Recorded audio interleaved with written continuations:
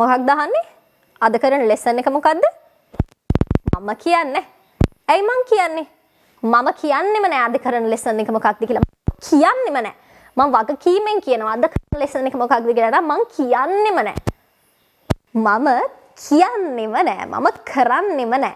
මෙන්න මේ වගේ මම කරන්නෙම නෑ. මම කියන්නෙම නෑ. මම දන්නෙම නෑ. මම සින්දු කියන්නෙම නෑ. මම නටන්නෙම නෑ.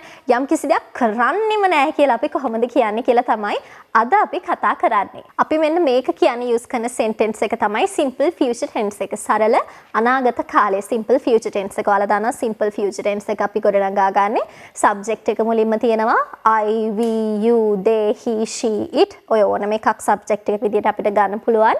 ඊට පස්සේ subject එකට පස්සේ අපි ගන්නවා will simple future tense නිසා. will වලට පස්සේ අපේ verb එකේ infinitive form එක එහෙමත් නැත්නම් ක්‍රියාපදයේ මූලික ස්වරූපය ගන්න. for example run, ran, run කියන එක ගත්තාම run කියන්නේ දුවනවා. ran දිව්වා. run දුවලා. එහෙනම් මෙන්න මේ පළවෙනි ස්වරූපය run දුවනවා කියන එක තමයි අපේ ක්‍රියාපදයේ base form එක එහෙමත් නැත්නම් infinitive of the verb වෙන්නේ. ඒ නිසා will එක අපි ගන්න අර ක්‍රියාපදයේ තියෙන මූලික ස්වරූපය walk, run, read, write මෙන්න මේ වගේ අර ක්‍රියාපදවල තියෙන මූලික ස්වරූපයන් තමයි අපි ගන්නෙ. I will give you it. මම ඒක ඔයාට දෙන්නම්. I will tell you a secret. මම ඔයාට රහසක් කියන්නම්. I will tell you. I will tell. I will give. මම දෙන්නම්. I will run. මම දුවන්නම්. I will write a letter. මම ලියුමක් ලියන්නම්. I will sing a song. මම සින්දුවක් කියන්නම්. I will play. මම සෙල්ලම් කරන්නම්. I will study. මම පාඩම් කරන්නම්. මෙන්න මේ විදිහට ඔයාලා will දාලා sentences ගොඩනගා ගන්නවනේ. මෙන්න මේකේ negative form හදන්නේ කොහොමද? will එකට not එකතු කරනවා. I will not tell you. මම ඔයාට කියන්නෙම නෑ. අන්න will එකට not එකතු කරාම අපිට මෙන්න මේ කියන්නෙම නෑ කියන එක හදා ගන්න පුළුවන්. හැබැයි ඔයාලා මේක spoken English වලදී කතා කරනකොට I will not කියලා කියන්න එපා. ඒක ලස්සන නැහැ. මොකද flow එකක් නැහැ. එතකොට අර contractions use කරනවා වගේ අර will not කිව්වහම කිසි ගතියක් නැහැ English කතා කරද්දී. හරිද? එහෙනම් ඒ නිසා ඔයාලා will not කියන්නේ නැතුව want කියන එක මෙන්න මේ will not කෙටි කරලා want කියන එක use කරන්න. I won't tell you it. I won't tell you it. මම ඔයාලට කියන්නෙම නෑ ඒක. I won't tell you it. I won't tell you it.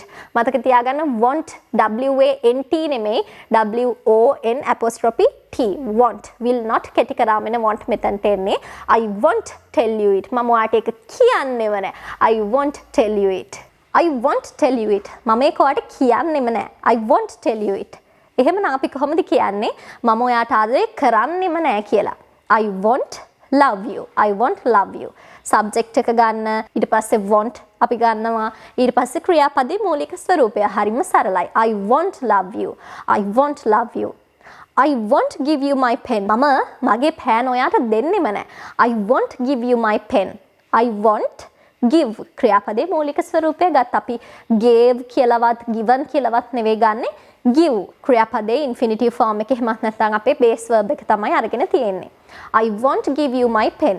මම මේක මිලදී ගන්නෙම නෑ කියලා කොහොමද කියන්නේ එහෙනම්? I won't buy it. I won't buy it. එහෙනම් මෙන්න මේ විදිහට යම් කිසි දෙයක් කරන්නෙම නෑ කියලා කියද්දි යම් කිසි දෙයක් දැඩිව අපිට ප්‍රකාශ කරන්න ඕන නම් ඒ දේ කරන්නෙම නෑ කියලා කියන්න ඕන නම් මෙන්න මේ sentence pattern එක ඔයාලට use කරන්න පුළුවන්. ඉතින් ඔයාලගේ sentences පහළ comment section එකේ comment කරන්න මම ඒවා check කරන්නම්. So guys, bye. Lots of love for you.